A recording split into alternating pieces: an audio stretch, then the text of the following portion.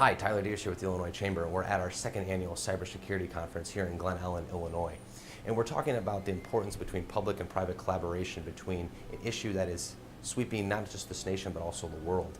And we're talking about how this is not just a public issue or private issue but an everyone issue. And how can we relay not just the conversations but also solutions to the problems that not just business face but also government as well. Why are we here today? Well, you don't have to look far. Front page news includes stories on Russian attacks on the U.S. Political systems, or ransomware like WannaCry or Petra. Every day, businesses are the victims of cyber attacks that could impact their brand, their reputation, and their financial interests.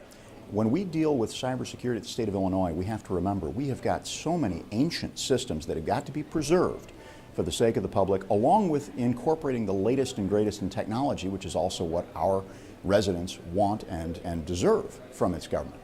So having the Illinois Chamber of Commerce bring together the business community and the government leaders to talk through this issue, to learn about the latest, is it's very important, and it's extremely timely.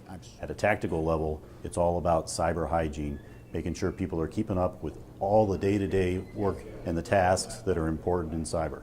At a strategic level, it's very important to share information with businesses and business leaders and government ownership to make sure that the cyber strategy is put in place to knock down those threats that we see coming in the next 6 months to 1 year. We're happy to be supporters and provide information back to the Illinois Chamber of Commerce today. I came out to talk about energy sector cybersecurity, which is a very hot topic these days, with talks of nation states trying to infiltrate nuclear power plants, the electricity sector.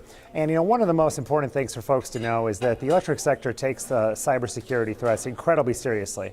It is something that really keeps CEOs up at night in that sector.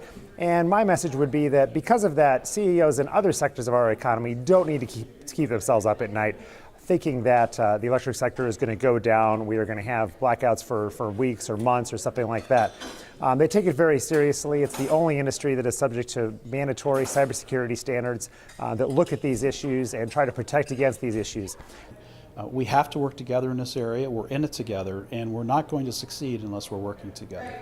If I could make one recommendation to those who are out there looking to get into a better security posture, it would be to take a look at the NIST cybersecurity framework. It's really becoming the national standard in Illinois. We've adopted it as our standard, and it operates at several levels. If you're an executive, you can look at the high level of the things you need to address. In addition, if you're a practitioner and you need to get into the details, it's there as well. In today's day and age, really your only strong is your weakest link when it comes to cybersecurity. Vendors pose a tremendous amount of risk to enterprises, not just financial services, banks, insurance companies, but executive recruiting firms, food distribution, like we saw here today at the Illinois Chamber of Commerce event, also power supply companies and gas companies. Every facet of industry right now is using vendors, and they're exchanging data in a digital era with them. Therefore, these companies, their vendors, need to make sure that they are managing their cybersecurity appropriately to make sure that that data is secure and it does not get breached or stolen by the bad guys.